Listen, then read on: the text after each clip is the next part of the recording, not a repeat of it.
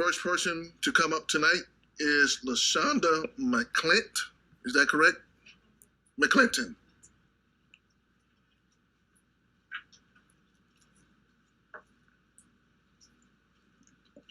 Good evening, Chairman and Richland School District 1 Board. My name is LaShonda McClinton.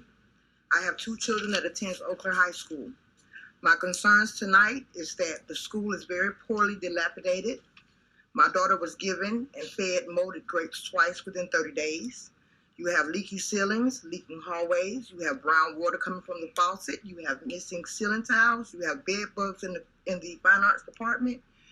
You have no AC and heat the entire school year. I understand that federal money is sent to the state of South Carolina where Governor McMaster allocates certain fundings to the district. So my question to the district would be, where is the money going? Because apparently it's not being put in the proper places at Eau Claire High School. I'm a District 1 graduate, a graduate of Eau Claire High School. So it is a privilege and an honor to have my children to graduate from my alma mater. However, I'm very, very disgusted at what's going on behind the scenes at that school. We pay taxes. Where's that money going? The money that's given from the federal government, where's that money going? Just today, I received an email that there was a bat in one of the classrooms at the school. The fact that the office had air and heat, the guidance department had air and heat, the library had air and heat, but the classroom did not, is appalling to me. Because every student in District 1, especially my children and the other children at Eau Claire High School, deserves the best educational environment possible. So I guess on tonight, my presence being here tonight is to say to District 1 officials, when will someone stand up and say, not on my watch? When will someone stand up and say, we can no longer fail our students on my watch? When will someone take accountability for what's not happening at Eau Claire High School? What's not happening at Lower Richland? What's not happening at Alcorn? What's not happening at Gibbs? What's not happening at Columbia High? So it's not just Eau Claire, it's the whole cluster. It's the whole cluster. So I would please beg you to try your best to get those issues at Eau Claire High School fixed and resolved before the beginning of next school year. Thank you for your time. All right. Sherry Flowers.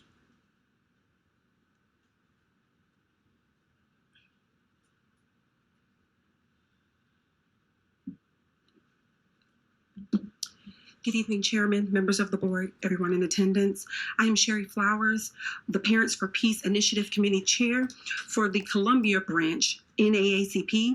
Parents for Peace is organized as a safe haven for parents to have a place to relieve themselves of the issues they may be having within the school district.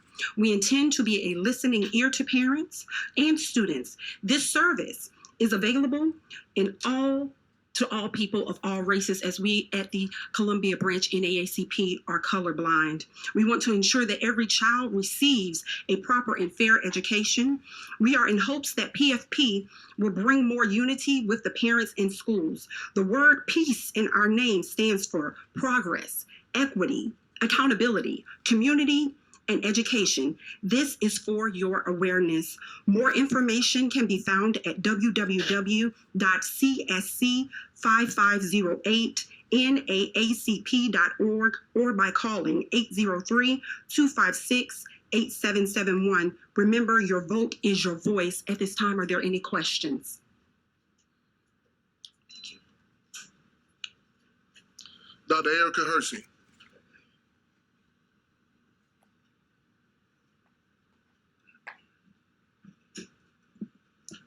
Good evening, Chairman Bishop, Dr. VC. I'm Dr. Erica Hersey, a retired educator from Richland School District 1. The events of Friday, March 1st will remain etched in the memories of many students and staff at Lower Richland High School. The lack of communication, supervision, leadership led to a traumatic experience for all involved. Hearing an announcement introducing everyone to remain quiet, lock doors, and turn off lights instilled pure panic. Witnessing public officials injured only added to the trauma. Being confined to one area for hours without any official communication exacerbated the fear and uncertainty. Rumors swirled, fueling panic among parents as well as students. Some may feel that I should no longer care because I am no longer the principal of Lower Richland High School, but I'm still a parent of a child in Richland School District 1, the aunt of children in Richland 1, the mentor to many children in Richland District 1, friend and mentor to employees in Richland District 1, and a proud member of the Lower Richland community. I refuse to continue to sit quietly and turn a blind eye to what is happening to our school and our district. Our students and educators deserve an environment where they feel safe, valued, and supported. The decline in academic performance is evident, and I cannot help but wonder if this is because of the issues that are in place at Lower Richland. Effective leadership at the school level begins here with the board. What steps will you take to ensure the safety and well-being of our children, our school, and our community? Thank you. Robin Smith.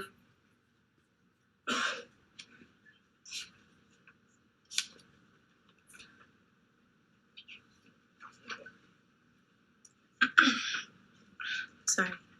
Good evening. My name is Sierra Patterson. I'm a 17-year-old girl who attends Lower Richland High School.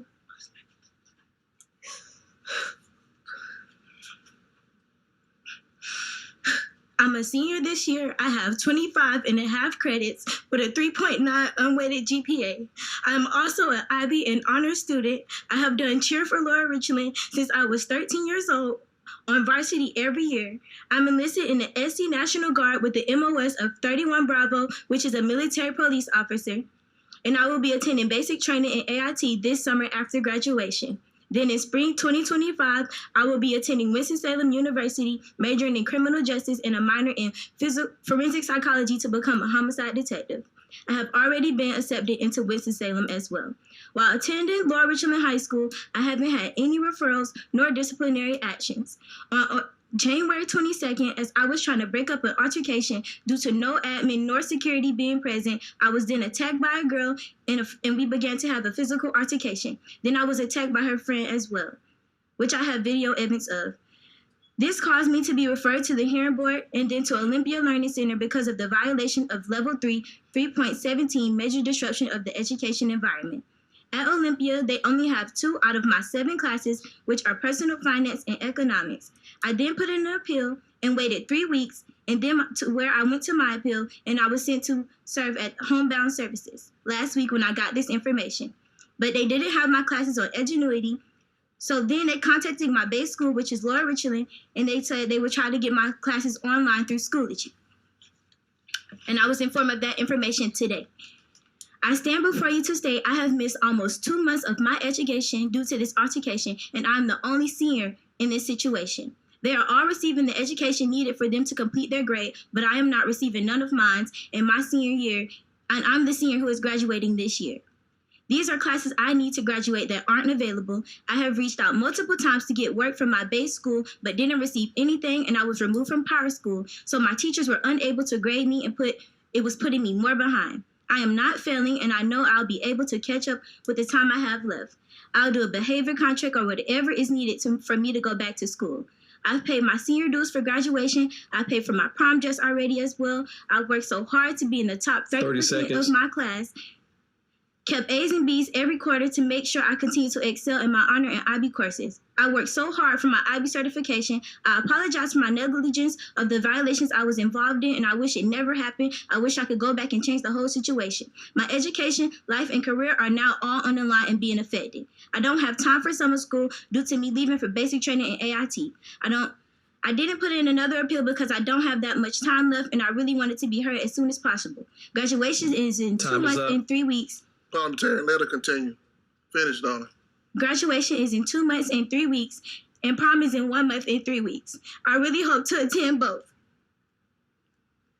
I just want to go back to school to catch up. I'm sorry.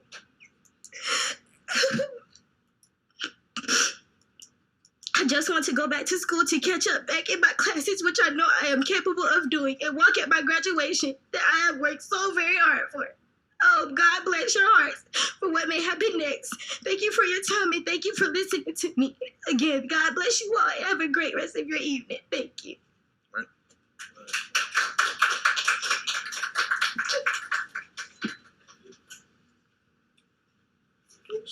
Barbara.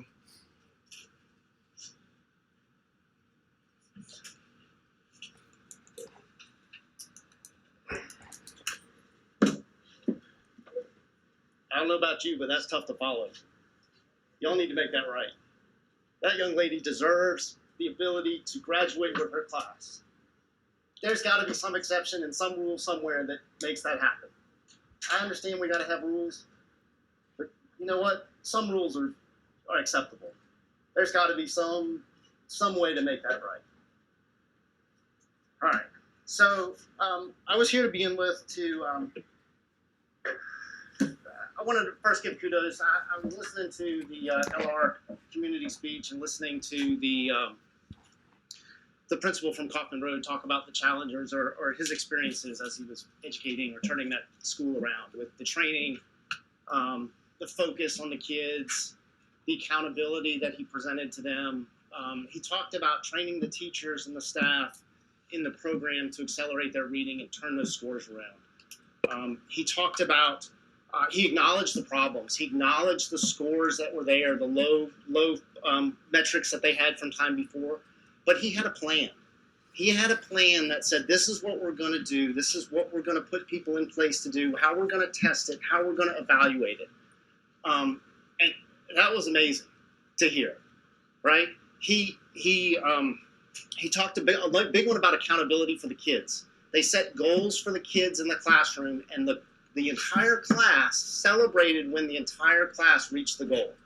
It wasn't like the highest student who made the perfect A, or it was the entire class, which in turn empowered the kids to help each other out, to build camaraderie and community and advance. I thought that was an excellent idea. And it made me think, like, why can't we do that as a board? Why can't you do that as a board? To hold each other accountable, to set goals, talk about those goals, and acknowledge the shortcomings, and do something about it. Instead, I think we continue to follow through, and we talk about the top 5 or 10% that succeed and claim success, while the rest of them kind of struggle. So I challenge you for that. The other point I wanted to make is back on February 13th, I spoke in here and I tried to, in the premise of accountability. 30 seconds. Oh, goodness. At the premise of accountability, I made reference to commissioners by name. I got told that was not possible, right? That was not allowed. Well, I got a letter from Commissioner Bishop that said he inadvertently applied the rules of the community to the board. And so I appreciate the letter, but it's public record. So, and I wonder, when are you guys going to learn? Because this exact thing was a focus of a lawsuit. Time is up. Michelle McCarthy.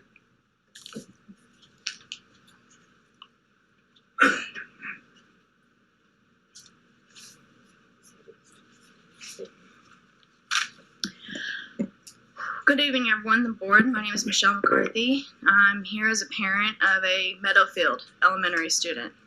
My child's entire kindergarten class was disrupted and displaced from their classroom on February 13th of this year. The first communication that we received from the school about this move was on February 21st, an entire week later, from Principal Maya Woods. She stated to me in a phone call when I got a hold of her 3 days later that the reason for the delay was because they were unsure of how long the move would be. Our children were in a temporary classroom with little to no of their supplies, none of their centers, none of their things they need to learn. That email states they were moved due to an odor.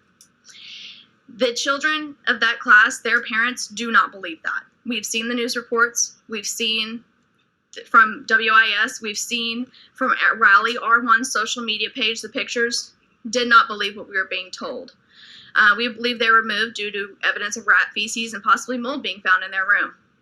The second email we received was on March 3rd, and it stated that pest control and monitoring was happening, as well as air quality control testing and cleaning. But no communication about those results were given to us. That doesn't really seem like false reports, which is the party line that we were told. If there's nothing there, if there's nothing wrong, if those are false reports, why is there a need for pest monitoring and mitigation? Why is there a need for allergy testing to be done? How long were those conditions like that? How long were our kids sitting in a room with rat feces in the air and mold growing in their classroom? What are the long-term ramifications for them? There was another email stating an incorrect relocation date, saying that they had only been moved for a couple of days. I called that out. I talked to Ms. Hagwood herself, the principal's boss, because I couldn't get a hold of the principal once again. After that discrepancy was fixed, I went to the school for a presentation for the kindergartens on March 8th and saw the door to their room still sealed off. Talked to other parents in the class who had no idea what was going on. They didn't know they were even in a different room because they didn't see the emails.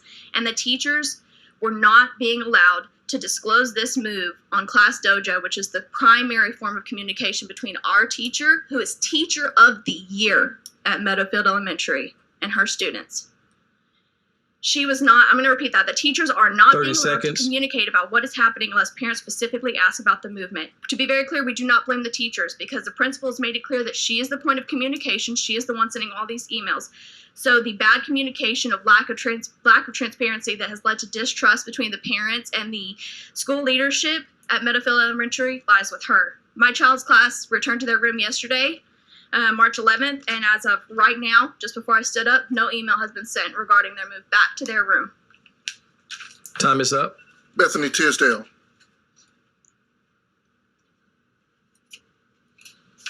Hello, like the previous speaker, I too am a proud Meadowfield parent repping my school tonight. So let me tell you how distressing it is to know that my kindergartner has also been out of his classroom for almost an entire month without the supplies and furnishings that they need to learn.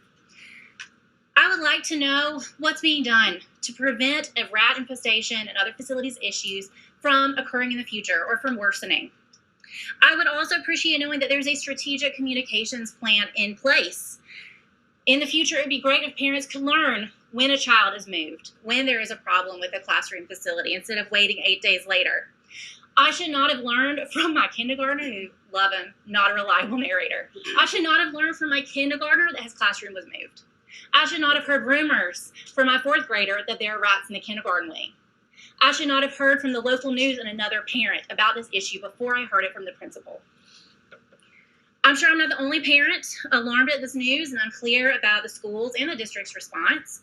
I think where there's a lack of transparency, there is a lack of trust. Detailed and timely communication is not too much to ask.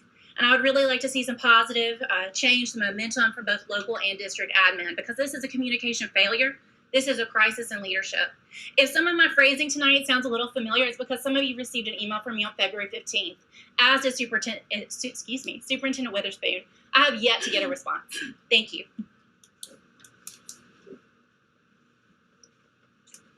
John Black.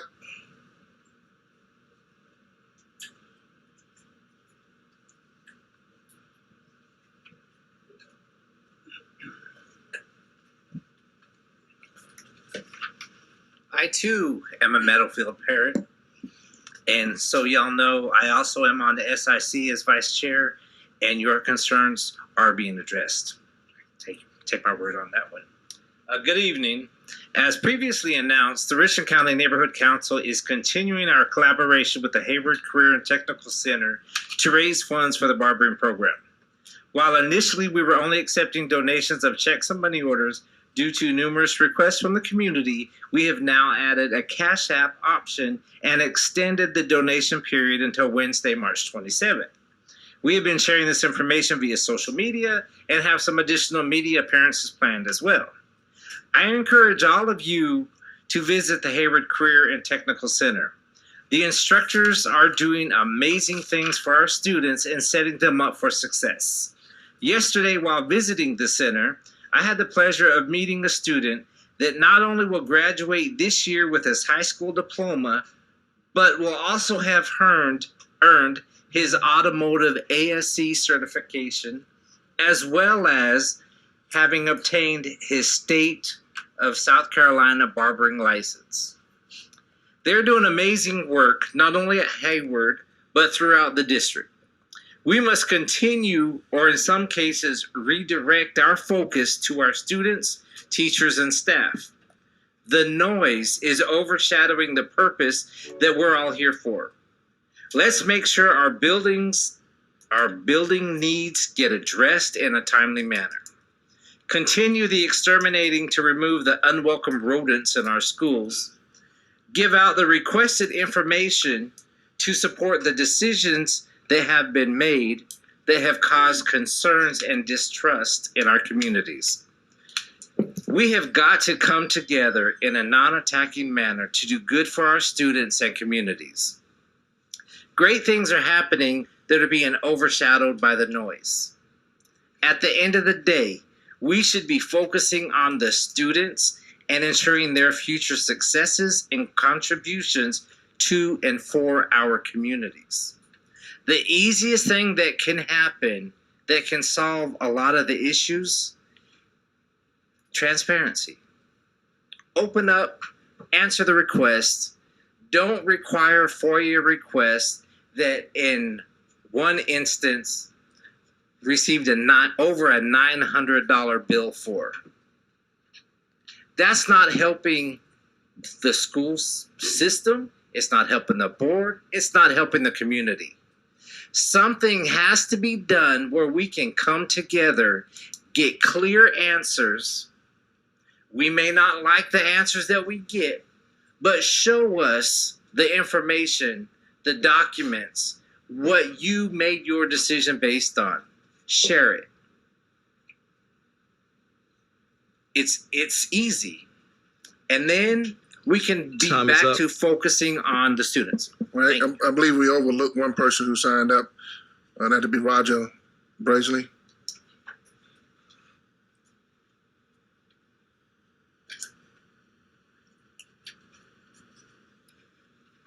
Good evening, everyone.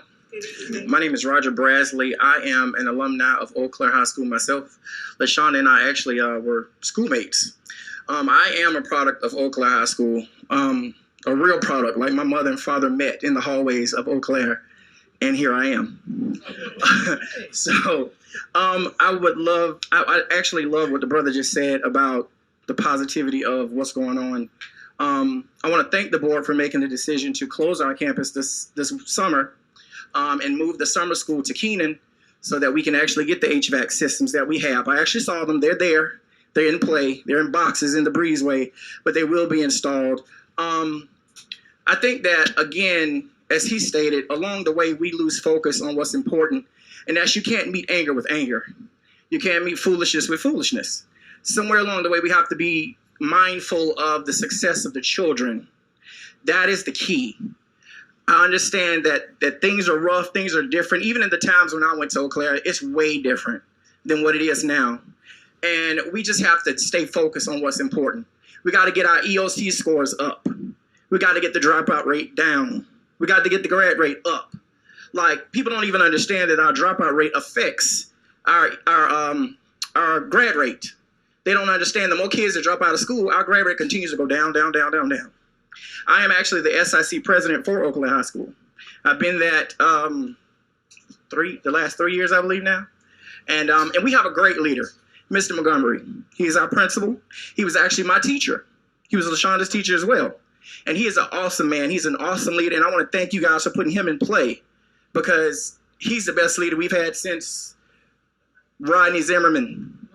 I'm gonna just say, Rodney Zimmerman, Miss Page, they were my loves, and we were going in a bad way. But Mr. Montgomery has pulled that back in, and we thank God for Mr. Montgomery, and we're gonna stand behind him wholeheartedly, 10 toes down.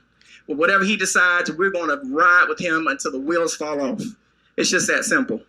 So again, I want everyone to stay focused on what's important. Please stop meeting anger with anger. I'm not sure what went on at LR. I'm not down there. That ain't my ministry. Eau Claire is. That's where I've been all my life. And I'm going to stay there. I literally live there. My salon is at the foot of Hyatt Park. I have the Brasley Foundation, and we pour 30 seconds. into the community. So please, guys, just continue to lift Eau Claire up in prayer, that we will continue to succeed and that these children become successful adults in this community. Thank you. All right. We do have one comment that'll be read in. That was emailed for participation. It's 3. All right, thank you. First one is from a Jim Reed. We need you to a microphone. All right, then we just couldn't hear you, sorry. Well, it's a short one. All right, It sorry. won't reach me too well. Oh. Yeah. Mr. Reed states, what is the current total cost to Richland One taxpayers for the halt of the construction of the Vance Ford Early Learning Center? A second one comes from Andrea Scott Jackson. She states, I would like to address some concerns to be discussed at this evening's school board meeting, as I will not be in attendance. My son is a freshman scholar athlete at W.J. Keenan High School and has been a member of the varsity baseball team since 7th grade. As a dedicated and involved parent in my child's academics and extracurricular activities, I would like to address some questions/concerns I have regarding what's being provided or addressed by the district as baseball season has begun. My main concern is that there should be an infield tarp provided to all Richland One high schools. I'm not sure who designed Keenan's baseball field, but there are a number of issues and flooding of the field is a major concern. We just started the season last Monday and had to reschedule our Friday game due to the rain from Wednesday that did not dry out by Friday. This is an issue we are faced with every season, but could possibly be addressed and or solved with having an infield tarp. I priced the infield tarp and they start at $1,800. This is a cost I believe the district should cover. This would prevent rescheduling of games in some instances as well, possibly lower the cost of overall maintenance. My next concern is a net in place for foul balls. We have had a number of vehicles damaged, including my own, by foul balls that a net could have been very well prevented had it been in place.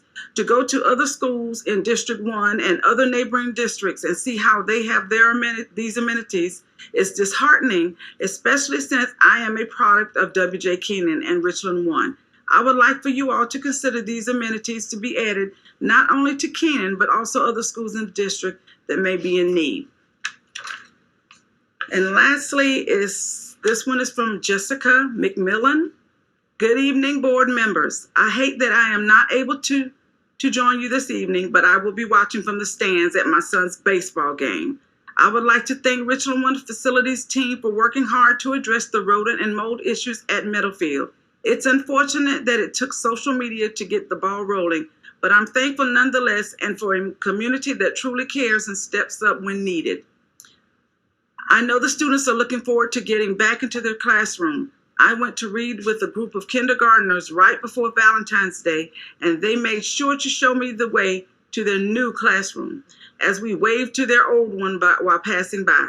They really do love their teachers and classroom and look at it as a second home. Speaking of home, we recently had our annual Real Men Read event, and one of our former Mustangs and current Dreer sophomore, Delton Myers, returned home to Meadowfield to read with our pre-K students.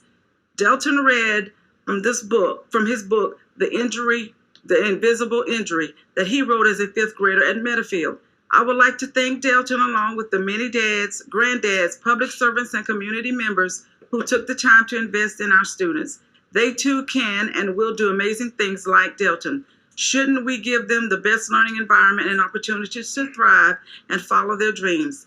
Let's keep working towards being good stewards and making our district the best Richland One that our kids deserve.